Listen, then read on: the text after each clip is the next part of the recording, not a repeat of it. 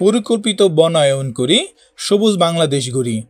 এই প্রতিপাদ্যকে সামনে রেখে বৃক্ষরোপণ অভিযান ও সপ্তাহব্যাপী বৃক্ষরোপণ মেলা 2025-এর আনুষ্ঠানিক উদ্বোধন করা হয়েছে।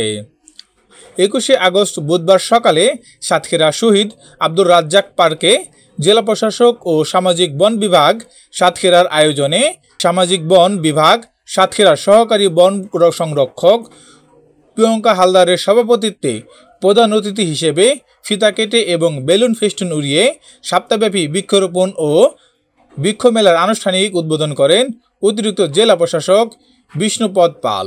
বন বিভাগের সহকারী বন রক্ষক ক্ষতিগ্রস্ত যে রাষ্ট্রগুলো আছে বাংলাদেশ তার মধ্যে অন্যতম। চমৎকারভাবে অত্যন্ত দৃষ্টিনন্দন লাগছে আমাদের সকলের কাছে। সবার উদ্দেশ্যে বলা হচ্ছে যে রোপণ করব। যারা চারা নিচ্ছে আমি সকলের জ্ঞাতার্থে জানাচ্ছি, নতুবা পানি দেওয়ার প্রয়োজন হবে না।